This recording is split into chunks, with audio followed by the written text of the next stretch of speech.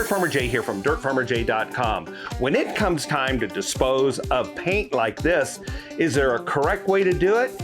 You betcha there is. Stay tuned and I'll tell you all about it.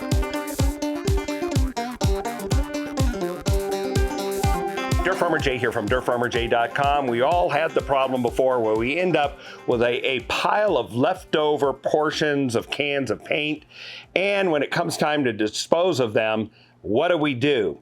Now, there is a proper way to dispose of this kind of paint, but the scope of this episode really is about latex or acrylic paint, not oil paint. If you've got oil-based paint, that is a specialized thing, and you'll find that your municipality, community most likely has a drop-off collection area, and they're very specific about that. You can't just drop it off in the garbage can or put it, let it dry in some way and throw it in there. That's probably illegal. But let's stick back to this right here, acrylic or water-based paint. Now, there's different ways that you can dispose of the paint, but they all boil down to the same thing. Let me give you just a little bit of science and tell you why we need to do what we're going to do in a moment here. Acrylic paint or water-based paint is what's called an emulsion, and you are used to seeing emulsion. The last time you got some Italian dressing and you put in oil and vinegar and other spices, well, you essentially took oil and water and you had to agitate it till it would mix. That's called an emulsion.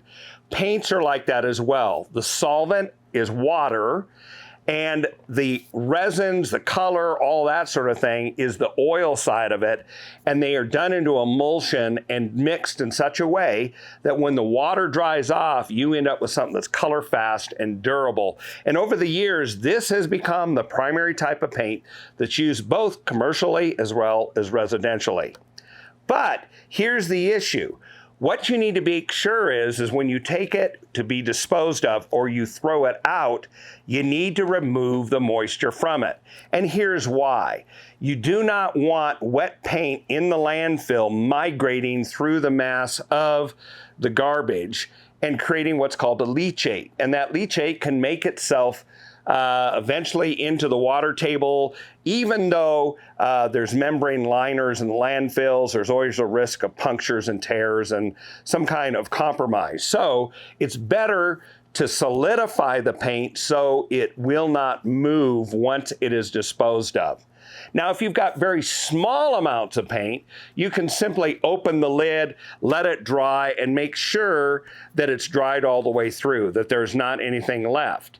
Or you could, if you had a small amount, you could take newspaper or butcher paper like what we have here, pour it out on a sheet and let it dry completely, and then wad it up and throw it out. If you are going to dispose of it in the can, you've got to leave the lid off. So if the sanitation workers do happen to look in there or loading, they can see the can lids are off and the contents are dry. All right, we're going to use 4 different methods to dehydrate the paint. That is, remove the water out of it and solidify it or make it into a mass that won't migrate. This is just standard kitty litter. It's a clay-based type of thing. You can even see the nice little crystals in it to make it smell better, which doesn't matter in this case. But we're going to use some kitty litter to see if we can get it to absorb and how much it takes to absorb this amount. So that's first one's kitty litter, or you could use oil absorbent that's sometimes used for under cars or to clean up oil leaks on the slab or that sort of thing. But that kind of material, that's number 1. Number 2 are ground wood products, sawdust, saw powder, wood chips. This happens to be pretty fine from a vacuum system, but it could be shredded also, something that came out of a table saw. But again, we're going to take this and see if we can overwhelm the water in it, how much it takes approximately to get it to dry up. The next item is either shredded, just regular office paper. It could be shredded newspaper. This happened to go through an actual office shredder, but you could also do where you're ripping up shreds of newspaper, anything to absorb that water or that is the solvent in the paint. So that is number 3. Number 4 is an actual product. This happens to be from Home Depot called Waste Paint Hardener, and it uses crystals, the same kind of crystals are highly absorbent that get used in disposable diapers. This is also the crystals that you'll see that are mixed into potting soil for container plants to hold water and release it slowly. And it's used in different places across industry. It's not toxic, and it sucks up a lot of water very quickly. So let's go ahead and just do a little bit of a test on each one of these. What I'm going to do is I'm going to fill up to about the lower line on each one of these with the material we're going to try and mix it in, and we're just going to look at the results and approximate how much more it would take to actually bind up everything, allow it to dry, and then go from there. And we'll do that with each of these very quickly, and then you can just see the results for yourself, and you can figure out what's the trade-offs and the economics of each of these, and then you can decide which one to use to safely dispose of latex paint in your landfill. Here we go. Okay, here's the first one right here, kitty litter. We're gonna fill it right to this line on each one, and then I'll mix it in. We're gonna go ahead and pour it right there, right up to the line. Let's shake it a little bit. There we go. That's on top of, you can see just sitting on the paint. Let's use a stir stick, and what we're gonna do is work to incorporate the kitty litter into the paint. It's still quite wet, so this would still not pass as far as going into the garbage can. And just as a second attempt to give it a fair try, we're going to go ahead and mix some more in just to see what happens, how much more. You can see it starting to dry and suck out the moisture and immobilize it.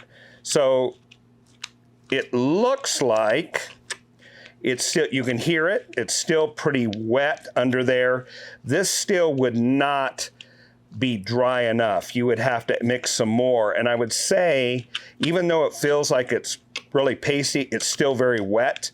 That is not dry enough. You would still add probably double the amount of whatever paint you're soaking up. So if you had a half gallon, you would probably end up with a gallon total of clay. And you can see, if you look, some of the paint is coming up from the bottom. It's still very wet in the bottom.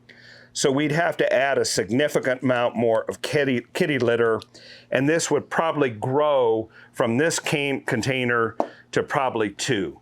So that gives you just an idea of the quantity of the trade-off. One of the things to keep in mind, you don't have a way to sense this. This is pretty darn heavy. Why? Well, this is an earthen material, and so it's kind of like very heavy. And so I'm going to see, you can see it getting wet on the top. It's oozing. So it would take quite a bit more to make it totally immobilized. I'm going to estimate that's a 2-to-1 ratio. In other words, it takes twice as amount in volume, or 1.5, something like that. If I started with paint here, brought it up to here, by the time I was done, I'd end up with 2 containers. And that's pretty doggone heavy. So that gives you your first choice in the results. All right, method number 2, we're now using wood fibers, ground wood fibers. I'm going to take the same approach. I'm simply going to put in the volume to bring it up to that top ring, and then incorporate it in, and let's see what happens. There it is. Let's go ahead and add more.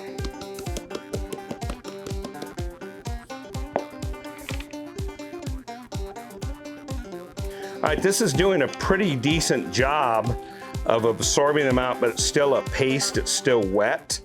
So you would need to continue to add, and I would say to get it to where it's completely immobile and dry, maybe 1.5 of these containers. So if you have a good access to wood powder or wood chips, the bigger the chips, the more you'll have to put by volume to get it to absorb.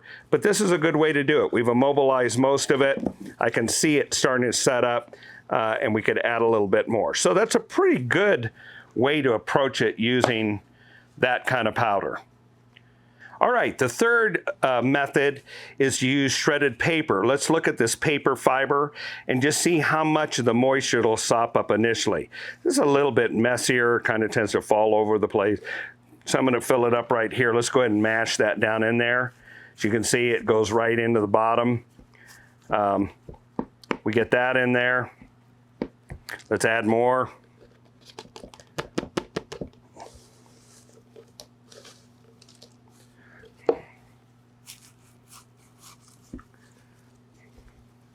So far, this by volume is absorbing the least amount of moisture. So as I stir it down here, you can see the fiber in it, but it's not sopping up a lot of paint. A fair amount, but not a lot. Okay, we took by volume one of these whole containers right here, mixed it into this, which had paint up to the mark down here, and you can see how very wet that still is. So of the three methods, this is going to take the biggest volume to feed this in. I'm going to estimate you would end up, to get it locked up and dry, you would need to have 4 containers worth. So this would grow from being a partial single container volume-wise to 4x total. Somewhere in that range. Might be more, might be a little less, but you can see right here, that is really still wet. So it's going to take quite a bit. Now, let's talk about method number 4, using a waste paint hardener. This is a substance that absorbs lots of moisture, and let's just see what it takes. Now, what I'm not going to do is pour in this whole packet. Now, this packet, as far as economics goes, is about $2.50 for this packet. It promises to absorb up to 2/3 of a gallon of paint and solidify it and make it ready for waste stream disposal. So I'm not going to take that whole packet, which is 3.5 ounces or about 100 grams. So I'm not going to do that and pour the whole thing in.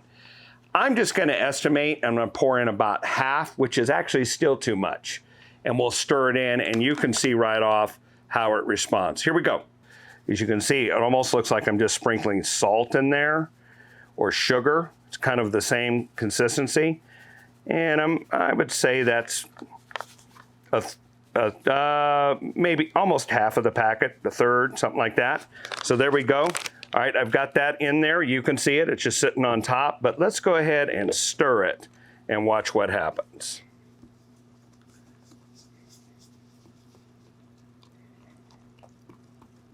Okay, it's been about 3 minutes, and as you can see, that crystal has sopped up a lot. We did not add any more. This was the original amount you saw poured in there, but it takes a few moments for those crystals to do its work. And you saw we did a relatively small amount, and I'm reaching down to the bottom and pulling up. This is what you get. So this is now locked. It won't move. It's still a little wet, and it can dry out. If you wanted to, you could add some more, put it in a pile, let it dry, and then just dispose of it in the regular waste stream. So here's a recap really quickly here. This has done a good job of sopping things up overall. It's actually gripping onto the stirring stick, and you see it's solid blocks forming, but it's continued to weep additional moisture at the top. So I would have added more in a real situation, bind it all up so that an hour later I can get rid of it. This is kind of a cool thing. This dusty, type of thing incorporated in there really has bound this up. And, will it dry? Look, there's still more powder down there. Yeah, it'll dry, and it's certainly, if I stick that in there, it's not migrating, right? It's not creeping.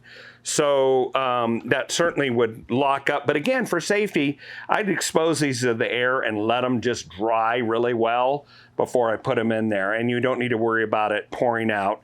This one right here is going to take the most amount of material. And as you can see, it's still very wet. And it would take a lot more of this, mixing it. And so you're going to end up with like large pails or large amount. I'm not sure the trade-off's worth it, but if you got a lot of shredded paper and that's what you want to do to recycle that, go for it. This right here for the price and the speed, this would probably be my preferred approach here. A little bit does a lot, and within a short time, we are now getting where it is starting to lock up quite a bit there. See there? It almost will hold the stick. There we go. So it's actually continuing to react dry in, harden up in a very short period of time. So you could probably same day, same afternoon, dispose of paint that had been treated this way to get it out there. Well, now you know the right way to dispose of paint, and make sure that when you do, when you put those buckets into the garbage, leave the lids off, just in case there's an inspection to make sure that you don't have closed containers of paint going to the landfill. Just keeps everybody safer, and be a good neighbor. You can do that. All right, now you know how to correctly dispose of these types of paints, but what if you want to get a beautiful finish on a surface using spray finishes? Well, check out this video we produced that shows you how to get flawless results every time.